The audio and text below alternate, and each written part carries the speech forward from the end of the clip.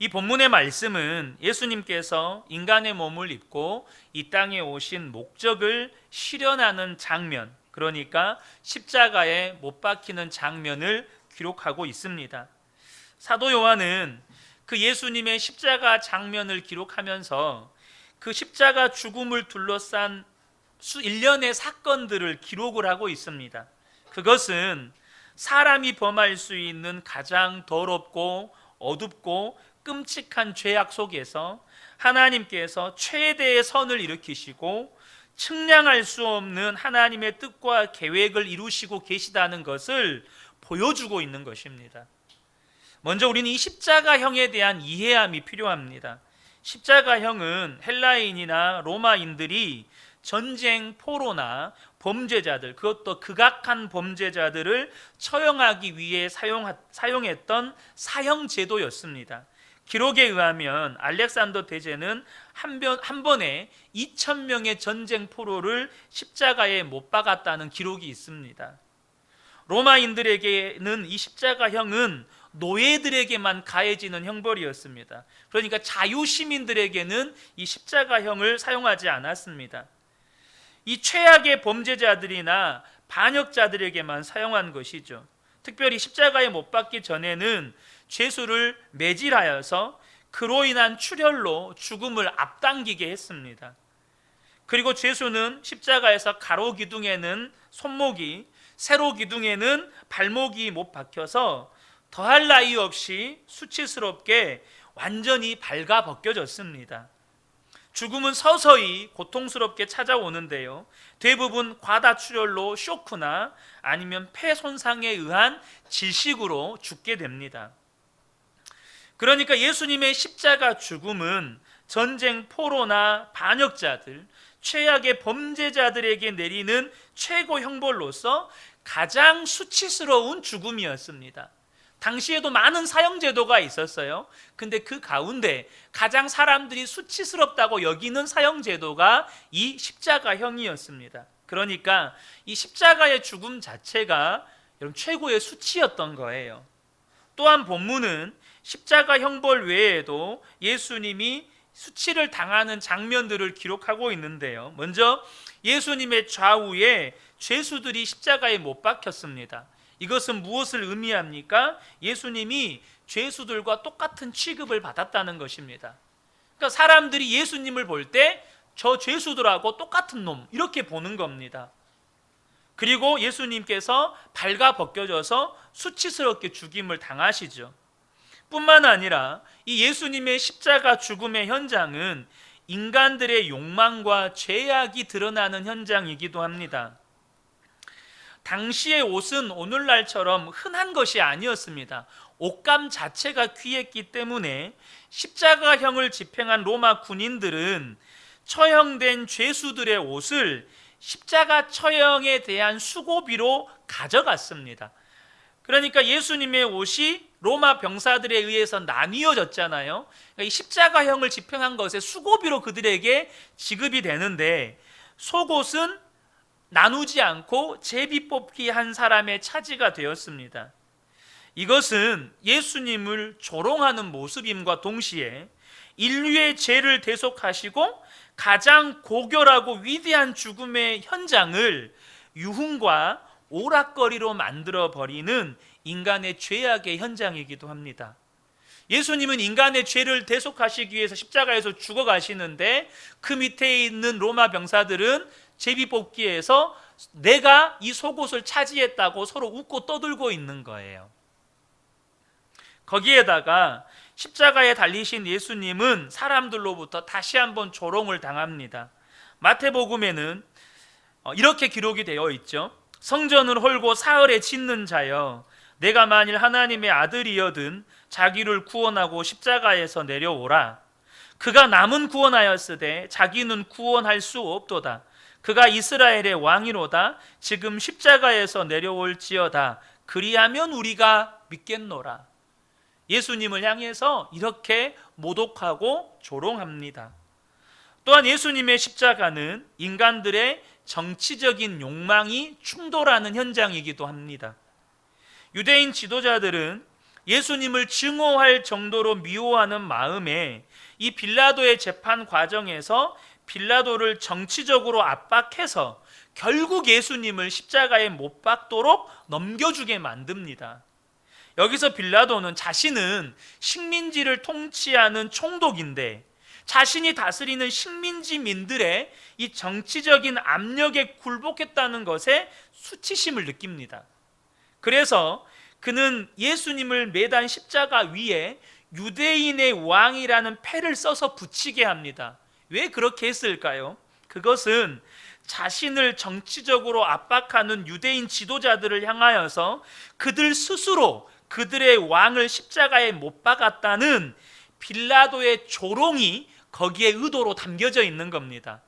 그래서 유대인 지도자들이 유대인의 왕이라고 쓰지 말고 자칭 유대인의 왕이라고 쓰라고 요구할 때 빌라도는 이미 한번 정치적인 압력에 굴복했잖아요.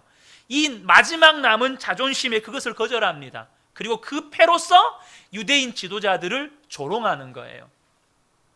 그러니까 이 예수님의 죽음의 현장은 인간들의 정치적인 야망이 이렇게 충돌하고 있는 그런 더러운 현장인 것입니다. 여러분, 공개 처형되어서 벌거벗겨진 채 십자가에 못 박혀 죽은 예수님의 모습은 완전히 패배자의 모습이고 완전히 실패자의 모습입니다. 예수님을 십자가에 못 박는 일에 성공한 유대인 지도자들은 자신들의 계획대로 되었다고 서로가 기뻐하며 축배를 들었을 것입니다. 그러나 여러분 그거 아십니까? 이렇게 죽어가는 왕이 실제로 온 세상을 다스리고 계셨습니다. 그렇게 그들 눈에 실패자요 패배자로 보이는 그분이 모든 상황을 주관하고 계셨습니다. 유대인 지도자들의 뜻과 계획이 이루어지는 것처럼 보였으나 실상은 하나님의 뜻과 계획이 이루어지고 있었어요. 오늘 본문 마지막 절 24절입니다. 군인들이 서로 말하되 이것을 찢지 말고 누가 얻나 제비 뽑자 하니 이는 성경에 그들이 내 옷을 나누고 내 옷을 제비 뽑나이다 한 것을 응하게 하려 함이러라. 지금 로마 군인들은 예수님의 옷을 나누고 난 다음에 속옷을 제비 뽑잖아요. 서로 차지하기 위해서. 그런데 이것이 그들은 자신들이 내가 제비 뽑아서 속옷을 차지했다, 그렇게 자신이 운이 좋았다고 그렇게 기뻐하고 있고, 그런 상황, 이 모든 것이 성경은 뭐라고 말씀하십니까? 하나님이 이미 예언하신 말씀을 성취하고 계시는 것이라고 말씀합니다. 이것뿐만 아니라 예수님이 십자가에서 달리신 것부터 또 빌라도가 좌우에 두 범죄자들이 못 박힌 것, 또 빌라도가 십자가 위에 유대인의 왕이라고 패를 써서 붙인 것, 이 모든 것들이 다 하나님이 이미 말씀하신 예언이 성취되는 것이었습니다. 웃고 떠드는 그들, 자기들의 욕망을 분출하면서 마음껏 죄악을 저지르는 그들 가운데 누구도 이 모든 상황이 하나님의 뜻과 계획이 이루어지고 있다는 것을 아는 사람이 단 한 사람도 없었습니다. 여러분, 이제 예수님의 죽음과 부활은 사탄의 통치에 치명타를 가할 것이고 세상에 대한 예수님의 영원한 권세를 확립할 것입니다. 십자가 앞에 선 예수님은 이러한 자신의 숙명을 아셨어요. 요한복음 18장 37절에 빌라도가 예수님께 묻습니다. 네가 왕이냐? 그때 여러분 자막, 그때 예수님께서 뭐라고 대답하십니까? 내가 왕이니라. 내가 왕이니라. 여러분, 그래서 예수님께서 십자가를 지시려고 예루살렘에 입성하실 때는요, 도살장으로 끌려가는 양같이 입성하신 게 아니었고 보좌 앞으로 나아가는 왕처럼 입성하십니다. 수많은 예루살렘 주민들이 종려가지를 흔들고 그 앞에서 호산나 호산나 외치며 옷을 깔고 그 앞에 절을 합니다. 왜요? 예수님은 왕으로 입성하시는 것이니까. 빌라도가 자신이 정치적으로 수치를 당한 것을 보복하려고 유대인의 왕이라는 패를 기록하여 십자가에 붙였지만 이 십자가는 빌라도의 의사와는 상관없이 하나님께서 빌라도를 통해서 예수님이 왕이신 것을 선언하는, 그것도 온 세상에 선언하는 왕의 대관식입니다. 여러분 이거 아셔야 돼요. 십자가는 실패의 현장이 아니라 예수님이 온 만물의 왕이심이 선언되는 왕의 대관식이라는 거예요. 또한 예수님의 죽음의 실상은 유대인들과 로마인들에게 죽임을 당한 게 아니라 스스로 목숨을 버리신 것입니다. 예수님은 빌라도나 유대인 지도자들에 의해서 죽임당한 게 아니에요. 스스로 목숨을 버리신 것입니다. 요한복음 10장 18절에 이를 내게서 빼앗는 자가 있는 것이 아니라 내가 스스로 버리노라. 나는 버릴 권세도 있고 다시 얻을 권세도 있다. 여러분, 주님이 죽임을 당한 게 아니고 주님이 자기 목숨을 스스로 버리신 것입니다. 마찬가지로 다시 얻으실 권세도 있으시기에 사망 권세를 이기시고 부활하신 것입니다. 그래서 예수님은 십자가에서 그 모든 수치와 조롱과 모욕과 죄악을 참아내셨습니다. 그리고 예수님께서 이 모든 것이 다 이루어졌을 때 스스로 자기 의사로 자기의 영혼을 포기하신 것입니다. 예수님께서 마지막으로 하신 말씀이 무엇이죠? 요한복음 19장 30절에 예수께서 신포도주를 받으신 후에 이르시되 다 이루었다 하시고 머리를 숙이니 영혼이 떠나가시니라. 여러분, 예수님은 죽은 나사로도 살리신 분이십니다. 설사 예수님께서 십자가에서 피가 다 쏟아지고 옆구리에 창으로 뚫리고 양 손목과 발목에 다 못에 뚫린다 한들 죽은 자도 살리신 예수님, 여러분, 우주 만물을 창조하신 예수님이 그 영혼을 그 죽어버린 그 시체와 같은 몸에 머물고자 마음을 먹으신다면 계속 머물고 계실 수 있어요. 그 증거가 무엇입니까? 여러분, 예수님이 부활하실 때요, 부활하신 몸은 여전히 옆구리에 창자국이 뚫려 있었고 양손과 발목은 못자국에 뚫려 있었어요. 그런데도 예수님은 살아계셨어요. 그러니까 예수님은 죽임을 당한 게 아니고 스스로 죽으신 거예요. 그래서 여기 본문에도 영혼이 떠나가신 거예요. 스스로가 자기 영혼을 그 육체에서 떠나가신 거예요. 겉으로는 유대인들과 로마인들의 계획이 다 이루어진 것처럼 보였습니다. 예수님의 죽음은 정말로 구역질 나도록 더러운 이 재판 과정과 판결, 정말 진절이 나는 권력자들의 정치적 야망의 충돌, 예수님의 옷을 나누고 속옷을 제비 뽑기 하여서 차지한 로마 군인들의 유흥거리, 수많은 사람들에게 의해 당하는 수치와 조롱의 희생물처럼 보였어요. 그러나 유대인들이나 로마인들이 세운 계획이 이루어진 게 아니고 하나님의 뜻과 계획이 이루어지고 있었다는 것입니다. 이 어둡고 끔찍한 치욕적인 순간에서도 하나님이 전적으로 주관하고 계셨고 하나님은 하나님의 뜻과 계획을 이루고 계셨어요. 사람들이 범할 수 있는 최대의 악에서 하나님께서는 측량할 수 없는 은혜와 선을 일으키고 계셨습니다. 사랑하는 성도 여러분, 예수님의 십자가는 겉으로 보는 것과 같이 실패의 십자가가 아닙니다. 예수님의 십자가는 하나님의 위대한 뜻과 계획이 이루어진 승리의 십자가입니다. 저와 여러분 안에 이 십자가 승리를 볼 수 있는 믿음의 눈이 열려지시기를 주님의 이름으로 축복합니다. 십자가는 승리의 십자가예요. 여러분, 유대인들이나 로마인들은 아무도 몰랐어요. 주님의 뜻이 이루어져 가고 있다는 것, 주님의 계획이 이루어져 가고 있다는 것.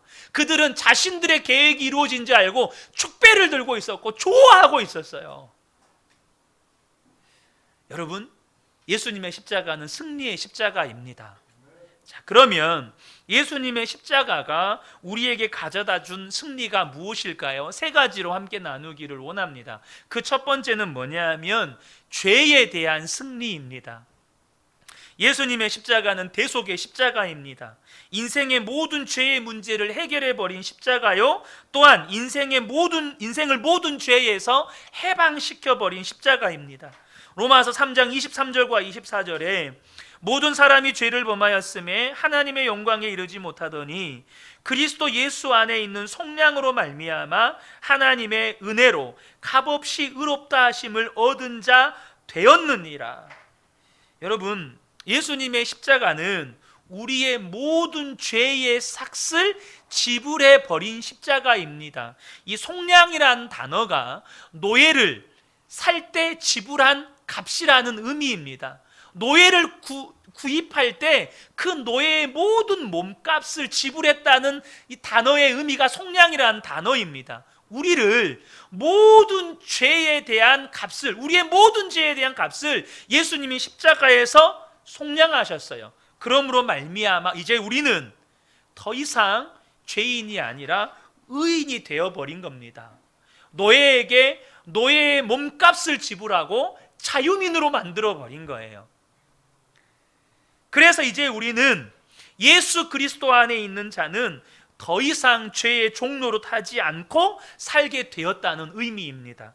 로마서 6장 6절에서 7절을 보면 우리가 알거니와 우리의 옛사람이 예수와 함께 십자가에 못 박힌 것은 죄의 몸이 죽어 다시는 우리가 죄에게 종로로 타지 아니하려 함이니 이는 죽은 자가 죄에서 벗어나 의롭다 하심을 얻었음이니라. 여러분, 더 이상 죄의 종로로 타지 않는다는 말이 무슨 말일까요? 이 말은 우리가 이제는 더 이상 예수 그리스도 안에서 죄 짓지 않고 살 수 있게 되었다는 말입니다. 죄의 종은요, 말 그대로 죄의 종입니다. 죄가 시키는 대로, 죄가 우리에게 명령하는 대로 살아가는 사람이에요. 그래서 예수 믿기 전에는 우리가 생각하고 말하고 행동하는 모든 것들이 죄일 수밖에 없었습니다. 그러나 예수님께서 십자가에서 이루신 승리로 말미암아 예수를 믿는 우리가 죄에서 해방되었어요. 더 이상 죄의 명령을 듣지 않습니다. 이제 우리는 더 이상 죄의 종로로 타지 않고 도리어 죄를 이기며 살 수 있게 된 것입니다. 요한일서 3장 9절에 하나님께로부터 난 자마다 죄를 짓지 아니하나니 이는 하나님의 씨가 그의 속에 거함이요 그도 범죄하지 못하는 것은 하나님께로부터 났음이라. 여러분, 이 말씀 믿으십니까? 하나님께로 난 자마다 죄를 짓지 않게 되는 거예요. 죄를 짓지 않고 살게 되는 것, 이것이 예수님의 십자가가 우리에게 가져다 준 승리입니다. 죄에 대한 승리. 나아가서 우리가 혹시 연약하여서 범죄할지라도 더 이상 정죄함을 받지 않습니다. 왜요? 이미 십자가에서 그 모든 죄의 삭을 속량하셨기 때문에. 로마서 8장 1절과 2절에 그러므로 이제 그리스도 예수 안에 있는 자에게는 결코 정죄함이 없나니 이는 그리스도 예수 안에 있는 생명의 성령의 법이 죄와 사망의 법에서 너를 해방하였음이니라. 여러분, 우리가 혹 연약함으로 범죄하였을지라도 여러분, 죄에 대해서 승리한 사람은, 예수 그리스도의 십자가의 승리가 나의 승리가 된 사람은 정죄함을 받지 않아요. 이게 무슨 말일까요?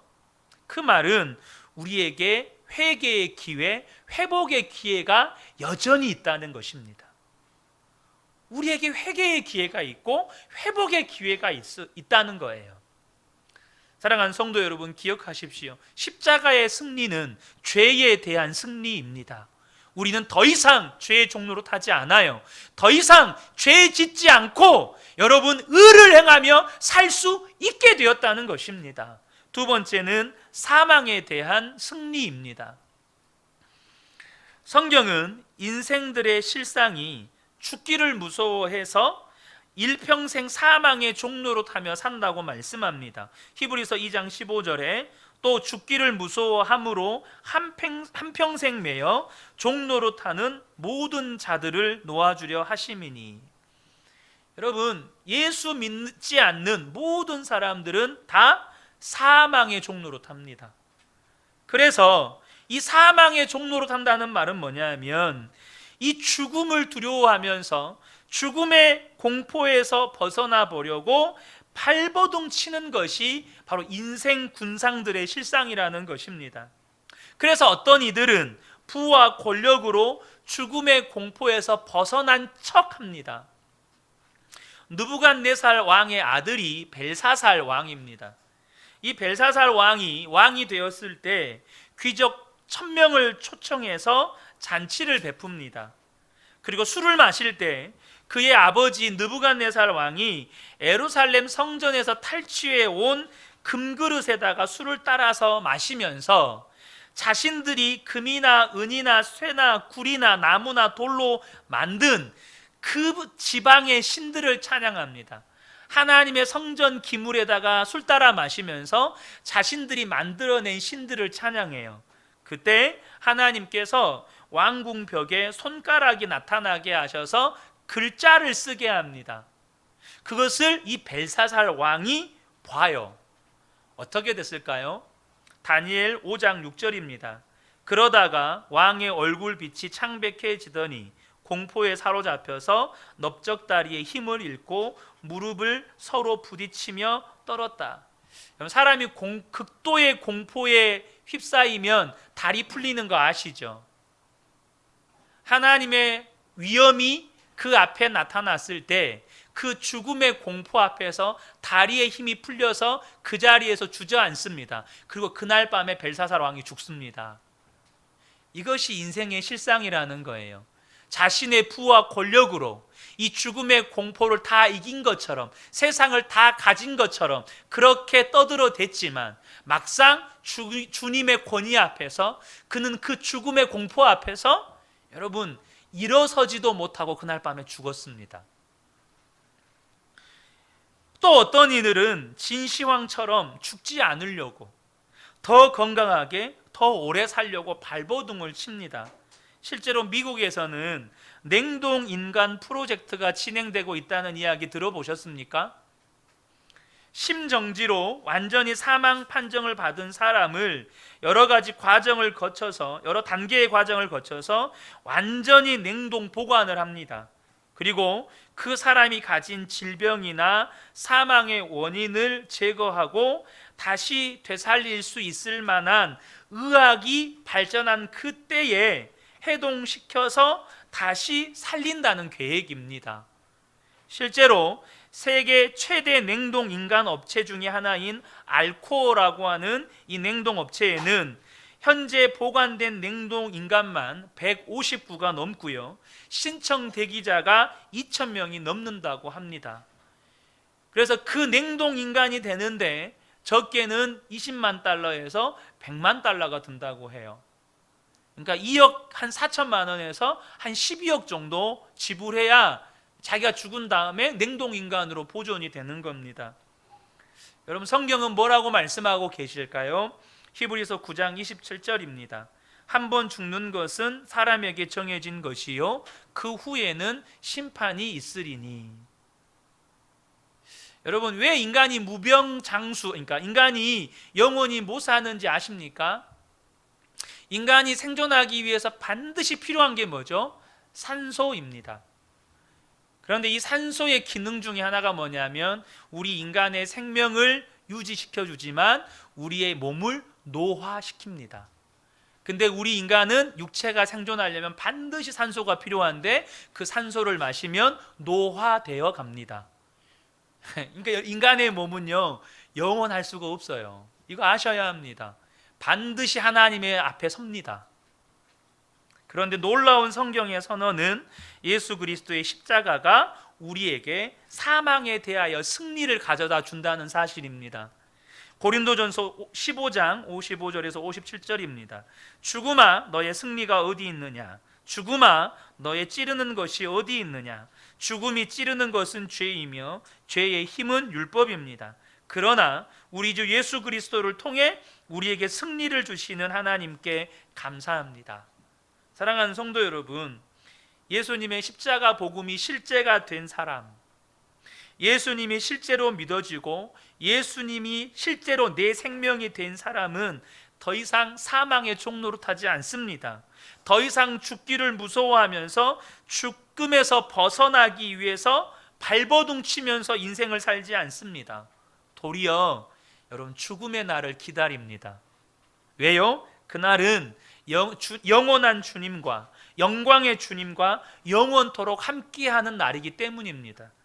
빌립보서 1장 23절의 사도 바울의 고백입니다.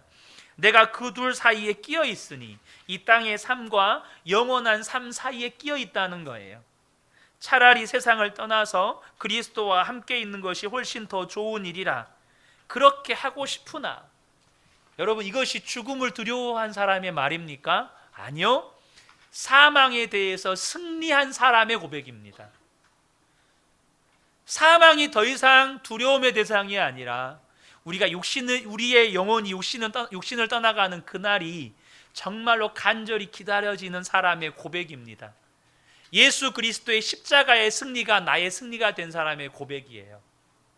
자, 세 번째는요, 바로 삶에 대한 승리입니다. 예수님을 믿기 이전에 우리의 삶은 세상 풍조를 따르고 공중 권세 잡은 자를 따르는 삶이었습니다. 육신과 육체와 마음이 원하는 대로 내가 원하는 것을 하며 사는 삶이었어요. 사도 바울은 그 삶을 뭐라고 표현하냐면 육신에 져서 육신대로 사는 삶이라고 표현합니다. 로마서 8장 12절입니다. 그러므로 형제들아, 우리가 빚진 자로 돼 육신에게 져서 육신대로 살 것이 아니니라. 육신에게 졌다는 말은 육신의 요구에, 육체의 욕망에, 육체가 요구하는 것에 늘 져서 육체가 요구하는 대로 끌려다닌다는 거예요. 그러나 예수님의 십자가는 이 삶에 대해서 승리를 선포합니다. 그래서 우리에게 새로운 삶을 선물로 주셨어요. 로마서 8장 13절 14절입니다. 너희가 육신대로 살면 반드시 죽을 것이로되 영으로서 몸의 행실을 죽이면 살리니 무릇 하나님의 영으로 인도함을 받는 사람은 곧 하나님의 아들이라. 새로운 삶이 뭡니까? 더 이상 육신에게 져서 육신이 원하는 대로 끌려다니는 삶이 아니라 하나님의 영으로 인도함을 받아 육신을 이기고 하나님의 뜻과 계획대로 삶을 살아가는 것을 의미합니다. 고린도 후서 5장 15절에 이렇게 말씀합니다. 그가 모든 사람을 대신하여 죽으심은 살아있는 자들로 하여금 다시는 그들 자신을 위하여 살지 않고 오직 그들을 대신하여 죽었다가 다시 살아나신 이를 위하여 살게 하려 함이라. 여러분, 삶에 대한 승리가 바로 이것입니다. 육신에게 져서 육신대로 자기가 원하는 대로 사는 것이 아니고, 자신을 위해 사는 것이 아니고 오직 나를 구원하신 예수 그리스도를 위하여 사는 삶, 하나님의 뜻과 계획을 이루는 삶을 살게 되는 것을 말합니다. 사도 바울은 이 세상을 떠나기 전에 자신의 인생에 대해서 이렇게 평가합니다. 디모데후서 4장 7절과 8절입니다. 나는 선한 싸움을 싸웠고 내가 달려가야 할 길도 끝냈으며 믿음도 지켰습니다. 이제 내게는 영광의 면류관을 받는 일만 남았습니다. 사도 바울은 자신이 달려가야 할 길을 끝냈고 자신에게는 이제 영광의 면류관을 받는 일만 남았다고 고백합니다. 이것이 삶에 대한 승리입니다. 우리에게 맡겨주신 사명을 완수한 삶, 하나님이 우리를 통해서 이루고자 하셨던 하나님의 뜻과 계획이 온전히 이루어진 삶, 그래서 하나님 앞에 서는 그날이 영광의 면류관을 받게 될 날이라는 것을 분명하게 확신하는 삶을 살게 되는 것이 바로 삶에 대한 승리입니다. 사랑하는 성도 여러분, 저와 여러분은 오늘 하나님 앞에 서게 된다면 여러분이 달려가야 할 길을 다 끝냈다고 고백할 수 있으시겠습니까? 예수님께서 저와 여러분을 위해서 영광의 면류관을 예비해 놓으셨다고 여러분 고백하실 수 있으시겠습니까? 감사한 것은 사도 바울이 이 말씀을 하면서 다음과 같은 말씀을 합니다. 디모데후서 4장 8절입니다. 또 8절 후반절입니다. 또한 나뿐만 아니라 주님이 다시 오시기를 간절한 마음으로 기다리는 모든 사람에게도 주실 것입니다. 여러분 안에 주님이 다시 오실 것을 간절히 사모하고 기다리는 마음이 있다면 여러분도 영광의 면류관을 받게 될 것입니다. 여러분, 예수님의 십자가가 우리에게 이런 승리를 주셨습니다. 그러나 모든 성도가 그 승리를 누리며 사는 것은 아닙니다. 누가 예수님의 십자가가 주신 승리를 누리게 되는 것입니까? 로마서 6장 3절과 4절입니다. 세례를 받아 그리스도 예수와 하나가 된 우리는 모두 세례를 받을 때에 그와 함께 죽었다는 것을 여러분은 알지 못합니까? 그러므로 우리는 세례를 통하여 그의 죽으심과 연합함으로써 그와 함께 묻혔던 것입니다. 그것은 그리스도께서 아버지의 영광으로 말미암아 죽은 사람들 가운데서 살아나신 것과 같이 우리 또한 새 생명 안에서 살아가기 위함입니다. 여러분, 누가 어떤 사람에게 예수님께서 십자가에서 이루신 승리가 나의 승리가 되는 것입니까? 예수 그리스도와 함께 십자가에서 죽고 부활하신 예수의 생명으로 사는 사람만 예수님이 십자가에서 이루신 승리가 나의 승리가 되는 것입니다. 예수님과 함께 나의 옛사람은 십자가에서 죽었고 이제 나는 부활하신 예수의 생명으로만 산다. 이것이 믿어지는 사람에게만 십자가의 승리가 실제가 되는 것이에요. 문제는 뭐죠? 많은 성도들이 이것이 실제가 안 됐다는 거예요.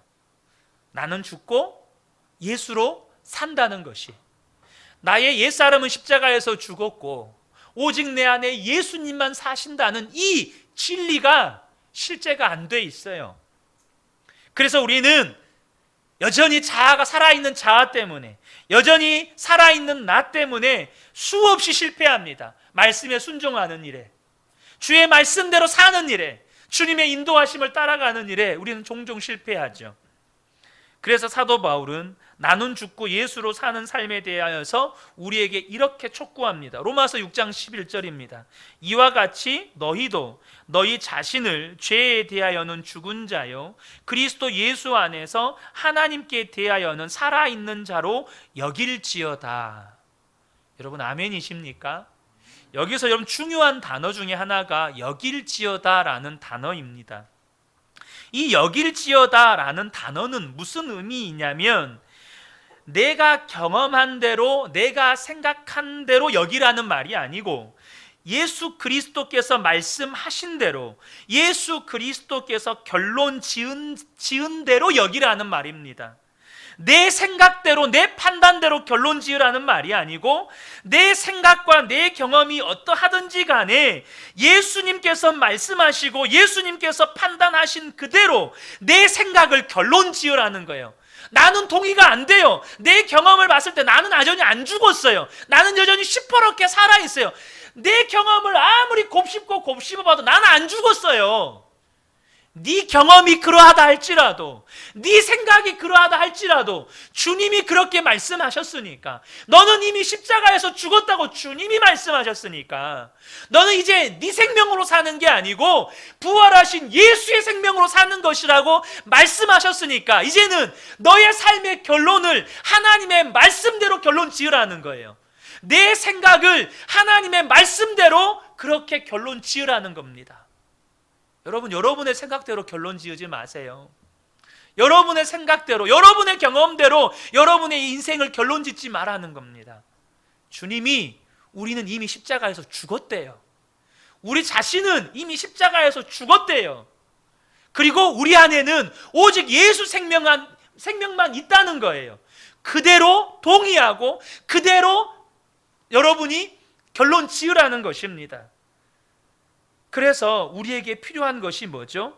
내 생각이 그리스도의 생각에 사로잡히도록 날마다 믿음으로 선언하고 선포하는 것이 중요합니다.